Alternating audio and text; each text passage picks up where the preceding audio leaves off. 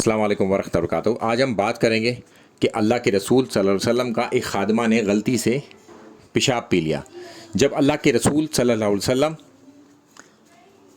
رات کو سوتے تو اپنے پلنگ کے نیچے ایک برتن رکھتے پیشاب کا، تو ایک خادمہ نے غلطی سے اس پیشاب کو پی لیا، اور جب اللہ کے رسول صلی اللہ علیہ وسلم واپس آئے تو انہوں نے معلوم کیا تو بتایا گیا کہ ایک حبشہ کی ان کی خادمہ تھیں، اس نے غلطی سے وہ پیشاب پی لیا۔ تو پھر اللہ کے رسول صلی اللہ علیہ وسلم نے فرمایا، دو روایتیں ہیں، اس میں تھوڑے سے الفاظ کا فرق ہے کہ اس نے اپنے اور جہنم کے بیچ میں ایک آڑ پیدا کر لی، ایک مضبوط آڑ، اور دوسری روایت میں کہ اس نے اپنے آپ کو جہنم سے بچا لیا۔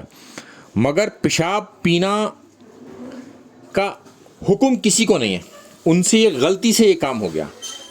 تو کوئی آج اس طریقے سے اس بات کا کوئی عقیدہ پکڑنے کی کوشش کرے کہ وہ اپنے بزرگوں کے پیشاب پی لیں یا کوئی دوسری بات کر لیں، تو قطعی کسی کے ساتھ ایسا نہیں ہو سکتا، کیونکہ اللہ کے رسول صلی اللہ علیہ وسلم نے خود نے بھی کبھی یہ حکم نہیں دیا کہ ان کا پیشاب پیا جائے۔ السلام علیکم ورحمۃ اللہ وبرکاتہ۔